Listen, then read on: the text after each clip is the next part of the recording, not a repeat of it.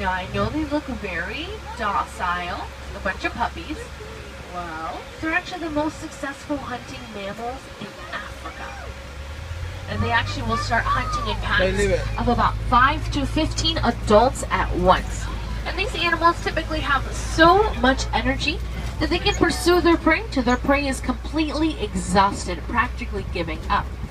Now, their kill ratio is actually so high that they actually let the little ones eat first and they'll eat second because there is always food for the wild dogs.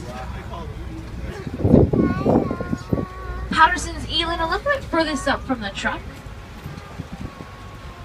Patterson's eland are known to be the largest antelope in Africa.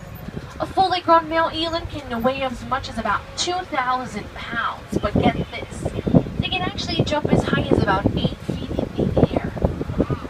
Now you're also going to be noticing some baby elands, which is going to be super cute. How tiny they are. Dad, Mom.